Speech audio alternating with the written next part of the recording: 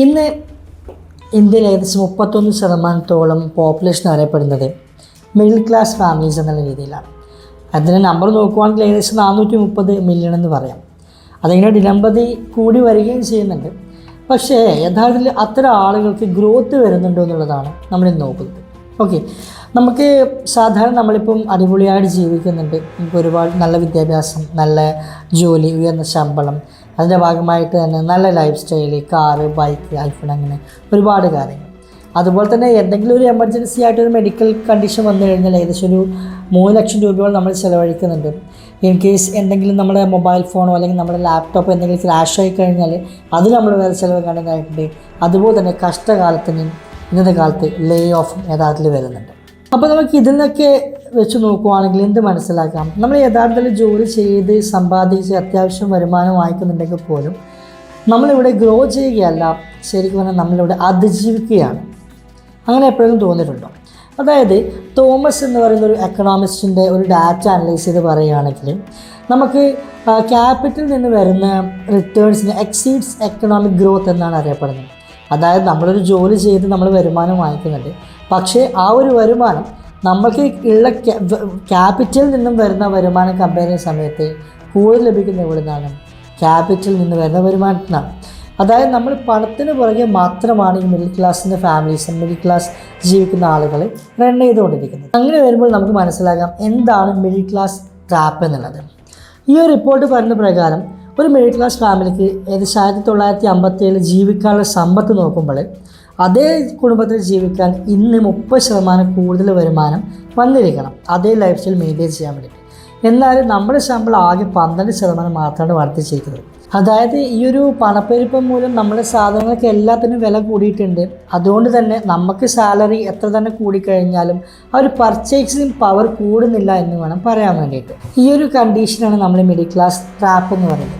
ഒരു സത്യം നോക്കിക്കഴിഞ്ഞാൽ നമ്മുടെ പാരൻസ് അന്നത്തെ കാലത്ത് മെയിൻറ്റെയിൻ ചെയ്തിരുന്ന ആ ലൈഫ് സ്റ്റൈൽ പോലും നമ്മൾക്ക് ഇത്രയധികം സാലറി കിട്ടിയിട്ടും ആ ഒരു ലൈഫ് സ്റ്റൈൽ അല്ലെങ്കിൽ അവർ അന്ന് അനുഭവിച്ച ലൈഫ് സ്റ്റൈൽ മെയിൻറ്റെയിൻ ചെയ്യാൻ പറ്റുന്നില്ല എന്നുള്ളതാണ് ഒരു സത്യം. കൂടുതൽ കാര്യങ്ങൾ മനസ്സിലാക്കുന്നതിന് മുമ്പായിട്ട് നമുക്ക് എന്താണ് ക്യാപിറ്റലിസം എന്നുള്ളത് നോക്കാം.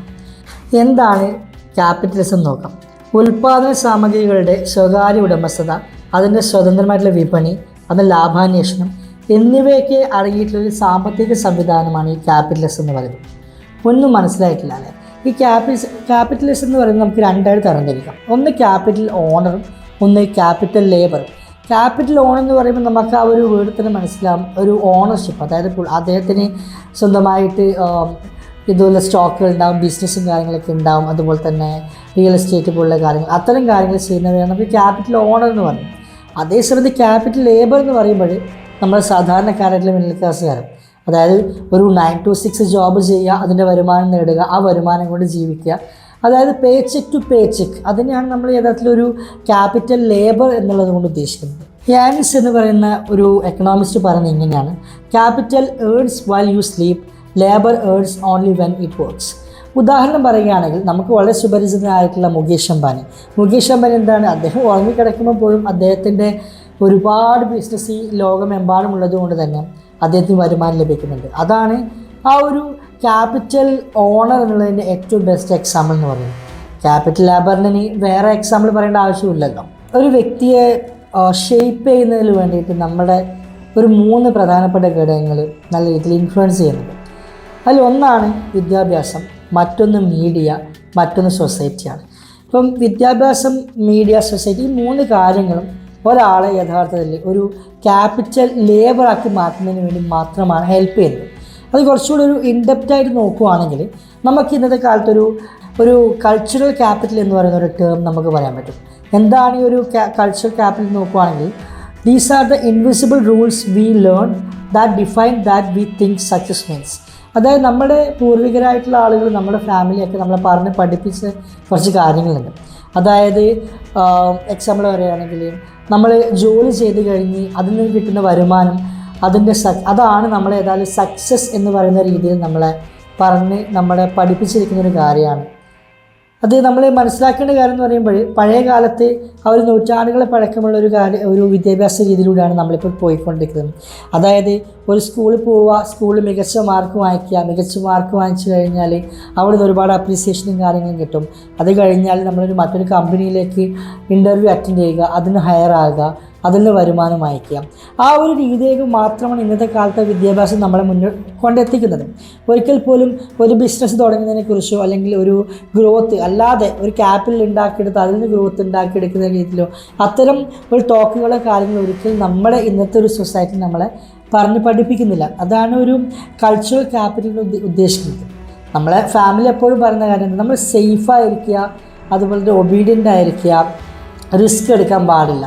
അപ്പോൾ റിസ്ക് എടുക്കുക എന്നൊക്കെ പറയുമ്പോൾ നമ്മളൊരു കയ്യിൽ ഒരു ജോലി ഉണ്ട്, ഇത്ര ഒരു വരുമാനത്തിലൊരു ജോലി മാറ്റി വെച്ച് ഒരു ബിസിനസ് തുടങ്ങിക്കഴിഞ്ഞാൽ അതിന് നല്ലൊരു പൊട്ടൻഷ്യലുള്ള ബിസിനസ് ആണെങ്കിൽ ലോങ് ടേമിൽ നല്ലൊരു വ്യത്യാസം, നല്ലൊരു വരുമാനം അല്ലെങ്കിൽ നല്ലൊരു ലൈഫ് സ്റ്റൈൽ മെയിൻറ്റെയിൻ ചെയ്യാൻ നമുക്കൊണ്ട് സാധിച്ചേക്കാം. പക്ഷേ നമുക്കിപ്പോൾ കയ്യിലുള്ളത് പോകുമോ അല്ലെങ്കിൽ അത് നഷ്ടപ്പെട്ടാൽ എന്ത് സംഭവിക്കുന്നുള്ള പേടിയുള്ളത് കൊണ്ട് തന്നെ റിസ്ക് എടുക്കാൻ പാടില്ല എന്നുള്ളത് നമ്മളെ വീണ്ടും നമ്മളെ പാരൻസ്, നമ്മുടെ ഫാമിലി, നമ്മുടെ സൊസൈറ്റി നമ്മളിങ്ങനെ ഓർമ്മിപ്പിച്ചുകൊണ്ടേയിരിക്കും. അതുപോലെ തന്നെ നമ്മളിപ്പം ഒരു മീഡിയ എടുത്തു കഴിഞ്ഞാൽ മീഡിയ നല്ല രീതിയിൽ ഇൻഫ്ലുവൻസ് ചെയ്യുന്നത് എങ്ങനെയാണെന്നറിയോ?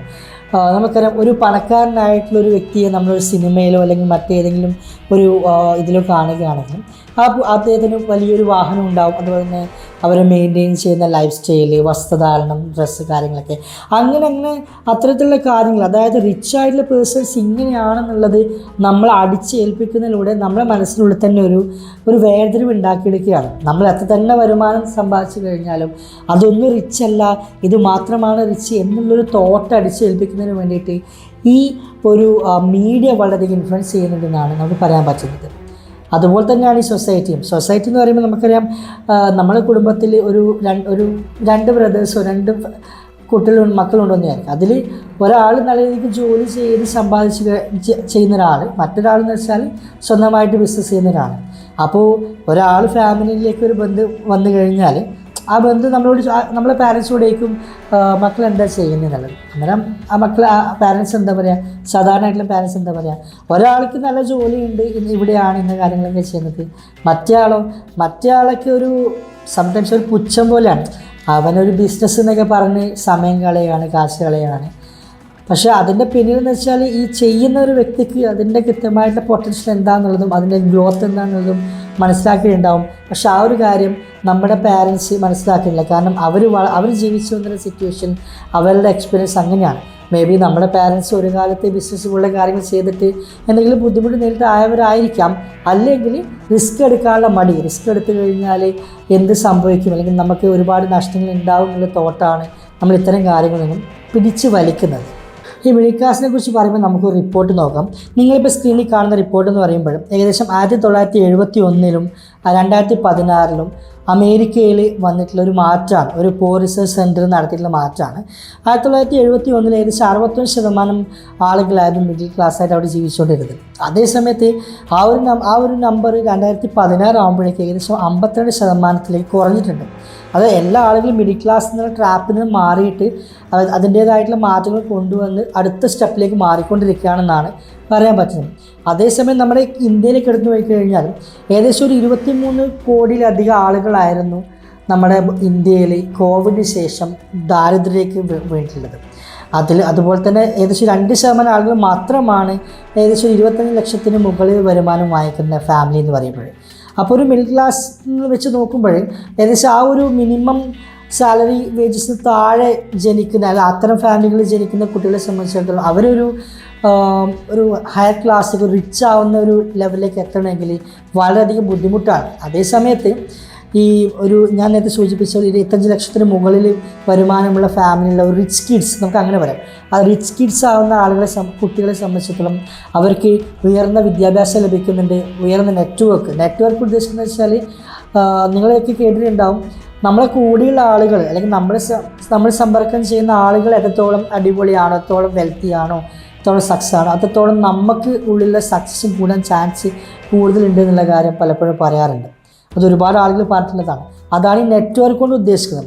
മറ്റൊരു ഫിനാൻഷ്യൽ ലിറ്ററസി, അതായത് നമുക്ക് അതിൽ നല്ല വരുമാനം ഉള്ള ഒരു ഫാമിലിയെ സംബന്ധിച്ചിടത്തോളം ആ ഫാമിലിക്ക് തങ്ങളുടെ മക്കൾക്ക് നല്ല ഫൈനാൻഷ്യൽ ലിറ്ററസി കൊടുക്കാൻ പറ്റും. അത് എത്രത്തോളം എത്തുന്നുണ്ടെന്നുള്ള കാര്യം നമുക്കറിയില്ല, പക്ഷേ എങ്കിൽ പോലും അത് കൊടുക്കാൻ പറ്റുമെന്നാണ് നമ്മുടെ പഠനങ്ങൾ പറയുന്നത്.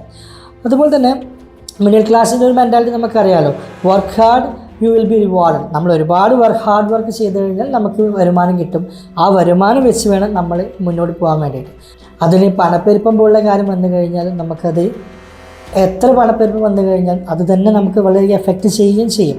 അപ്പോൾ നമുക്ക് എങ്ങനെയാണ് ഈ ഒരു മിഡിൽ ക്ലാസ് ട്രാപ്പിൽ നിന്നും എസ്കേപ്പ് ചെയ്യുക എന്നുള്ളത് ജസ്റ്റ് ഒന്ന് നോക്കിയാലോ. നമ്മൾ ഈ മിഡിൽ ക്ലാസ്സിന് എസ്കേപ്പ് ചെയ്യാൻ വേണ്ടിയിട്ട് ഇന്നത്തെ കാലത്ത് ഒരുപാട് വഴികളുണ്ടെന്നാണ് ഒരുപാട് ആളുകൾ പറയുന്നത്. അതായത് ഇന്നത്തെ ഇൻ്റർനെറ്റ് യുഗത്തിൽ ഒരുപാട് ഓഫറുകൾ അല്ലെങ്കിൽ ഒരുപാട് ഓപ്പർച്യൂണിറ്റികളുണ്ട്. നമ്മൾ നിലവിൽ ചെയ്തുകൊണ്ടിരിക്കുന്ന ജോലിയോടൊപ്പം തന്നെ എന്തെങ്കിലുമൊക്കെ ഒരു സൈഡ് ഇൻകം ലഭിക്കുന്നതിന് വേണ്ടിയിട്ട് നമ്മൾ എന്ത് ചെയ്യുക, ആദ്യം നമ്മുടെ സ്കില്ല് അപ്ഡേറ്റ് ചെയ്ത് കഴിഞ്ഞാൽ ചിലപ്പോൾ കുറച്ചും കൂടി ഒരു വരുമാനം നമുക്ക് നേടിയെടുത്തേക്കാം.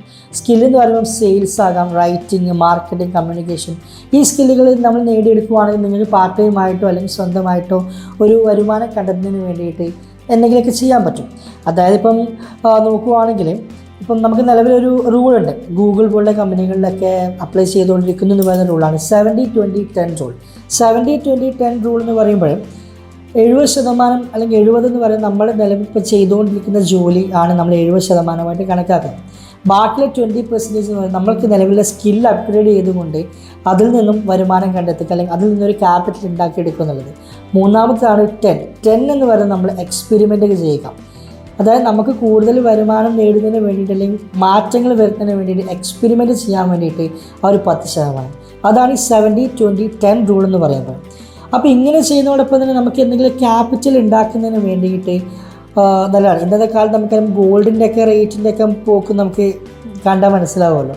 അതായത് ഗോൾഡ് കഴിഞ്ഞ ദിവസങ്ങളിൽ 70,000 ആയിരുന്നു, ഇപ്പോൾ 80,000 അടുപ്പിച്ചുകൊണ്ടിരിക്കുകയാണ്. ഈ ഗോൾഡിൻ്റെ എക്സാമ്പിൾ പറഞ്ഞാൽ ജസ്റ്റ് ഒന്ന് അറിയുന്നതിന് വേണ്ടി മാത്രമാണ്. ഒരുപാട് നമുക്ക് പിന്നെ ഇന്നത്തെ ഒരു കല്യാണ മാർക്കറ്റ് നോക്കിക്കഴിഞ്ഞാൽ ഇപ്പോൾ ഒരു ഫാമിലി 2 മക്കളുണ്ടെങ്കിൽ 2 പെൺകുട്ടികളാണെങ്കിൽ അവരുടെ നല്ല ഏജ് ഡിഫറൻസ് ഉള്ളവരാണെങ്കിൽ അവരുടെ ആദ്യത്തെ കുട്ടിയുടെ കല്യാണം നടത്തുന്ന സമയത്ത് ഗോൾഡിന് ചെയ്ത എമൗണ്ടും ഇന്നത്തെ കുട്ടിക്ക് കല്യാണത്തിന് നിങ്ങൾ സ്പെൻഡ് ചെയ്യാൻ പോകുന്ന എമൗണ്ടും ഒന്ന് കമ്പയർ ചെയ്താൽ തന്നെ ഗോൾഡിൻ്റെ ആ ഒരു എങ്ങനെയാണ് അവർ ചേഞ്ചസ് എന്നുള്ളത് നിങ്ങൾക്ക് മനസ്സിലാക്കാവുന്നതേ ഉള്ളൂ. സ്കില്ലുകൾ ഡെവലപ്പ് ചെയ്യുന്നതിന് വേണ്ടിയിട്ട് നിങ്ങൾ ഒരുപാട് മലമറിക്കേണ്ട കാര്യങ്ങൾ അല്ലെങ്കിൽ ഗൂഗിൾ അങ്ങനെ ഇതാക്കേണ്ട ആവശ്യമില്ല. ഒരുപാട് കോഴ്സുകൾ അല്ലെങ്കിൽ ഒരുപാട് വീഡിയോസ് ഇന്നത്തെ കാലത്ത് ഈ യൂട്യൂബിൽ തന്നെ അവൈലബിൾ ആണ്. നിങ്ങൾക്കിപ്പം എന്തെങ്കിലുമൊക്കെ എഡിറ്റൊക്കെ ചെയ്യാനൊക്കെ അറിയാമെങ്കിൽ ചെറിയ രീതിയിൽ കമ്പ്യൂട്ടറൊക്കെ ഇൻഡസ്ട്രിയിലെ കൂട്ടത്തിലാണെങ്കിൽ നിങ്ങൾക്ക് വേണമെങ്കിൽ ഫ്രീലാൻസ് ആയിട്ട് ഗ്രാഫിക് ഡിസൈനിങ് ചെയ്യാം. അല്ലെങ്കിൽ നിങ്ങൾക്ക് ഡിജിറ്റൽ മാർക്കറ്റിംഗ് പോലുള്ള മേഖലകളിൽ ഒരുപാട് കോഴ്സുകൾ ഇപ്പം വരുന്നുണ്ട്. അതിലൂടെ നിങ്ങൾക്ക് നിങ്ങളുടെ ഇപ്പോൾ ഓണായിട്ട് നിങ്ങൾക്ക് ബിസിനസ് ഉണ്ടെങ്കിൽ പോലും ആ ഒരു ഡിജിറ്റൽ മാർക്കറ്റിങ്ങിൻ്റെ ഒരു ഐഡിയ നിങ്ങളുടെ കയ്യിലുണ്ടെങ്കിൽ കുറച്ചുകൂടി നിങ്ങൾ പ്രാക്ടീസ് ചെയ്തിട്ടുള്ള ഒരു ആളാണെങ്കിൽ നിങ്ങൾക്ക് നിങ്ങളുടെ ഓൺ ബിസിനസ് ഡിജിറ്റൽ മാർക്കറ്റിംഗ് ഉപയോഗിച്ചുകൊണ്ട് തന്നെ അപ്പ് സ്കെയിൽ ചെയ്യാൻ പറ്റും. അങ്ങനെ ഒരുപാട് കാര്യങ്ങളുണ്ട് ഇന്നത്തെ കാലത്ത് നമ്മൾ ആ ഒരു ഗ്രോത്ത് കൊണ്ടുവരുന്നതിന് വേണ്ടിയിട്ട്. ഒരൊറ്റ കാര്യം മാത്രമേ ഉള്ളൂ, നമ്മുടെ മിഡിൽ ക്ലാസ് നിന്നും എന്ന് പറയുന്ന ഒരു ട്രാപ്പിൽ നിന്ന് മാറണമെങ്കിൽ നമ്മൾ ഇത്രയും കാലം ചെയ്തുകൊണ്ടിരുന്ന ആ ഒരു രീതിയിൽ നിന്ന് മാറ്റങ്ങൾ ഉണ്ടാക്കിയിരിക്കണം. അതായത് ഇപ്പോൾ നമ്മുടെ കുട്ടികൾ പഠിച്ചുകൊണ്ടിരിക്കുമ്പം കുട്ടികളോട് പറഞ്ഞു കൊടുക്കേണ്ട ഒരു വൺ ഓഫ് ദി കാര്യം, നിങ്ങൾ കൃത്യമായിട്ട് പഠിക്കണം, പഠിക്കാതിരിക്കണമെന്നല്ല. പക്ഷെ അതോടൊപ്പം നിങ്ങൾ എന്തെങ്കിലും സ്കില്ല് ആ കുട്ടിക്ക് ഉണ്ടെങ്കിൽ ആ സ്കില്ല് കണ്ടെത്തി അതൊന്ന് ഡെവലപ്പ് ചെയ്ത് അതെങ്ങനെ നമുക്ക് ഫണ്ട് ചെയ്യാം, അതെങ്ങനെ നമുക്ക് ഭാവിയിൽ അവരെ മറ്റൊരു വരുമാനം മാർഗം കിട്ടുന്ന രീതിയിലേക്ക് മാറ്റിയെടുക്കാം എന്നുള്ളത് കൂടി ചിന്തിക്കുകയാണെങ്കിൽ നിങ്ങൾക്ക് ഒരുപാട് മാറ്റങ്ങൾ ലൈഫിൽ ഉണ്ടാക്കിയെടുക്കാൻ പറ്റിയേക്കാം. ഓക്കെ, അപ്പോൾ ഏതായാലും എന്താണ് മിഡിൽ ക്ലാസ് എന്നും എന്താണ് മിഡിൽ ക്ലാസ് ട്രാപ്പ് എന്നും എങ്ങനെ എസ്കേപ്പ് ചെയ്യാന്നുള്ള കാര്യങ്ങളൊക്കെ നമ്മൾ ഈ ഒരു ചെറിയ വീഡിയോയിലൂടെ സംസാരിച്ചിട്ടുണ്ട്. അപ്പോൾ അടുത്തൊരു വീഡിയോയിൽ കാണുന്നവരെ സൈനിങ് ഓഫ്. ഇസ്പി സേതുലാൽ, ബൈ.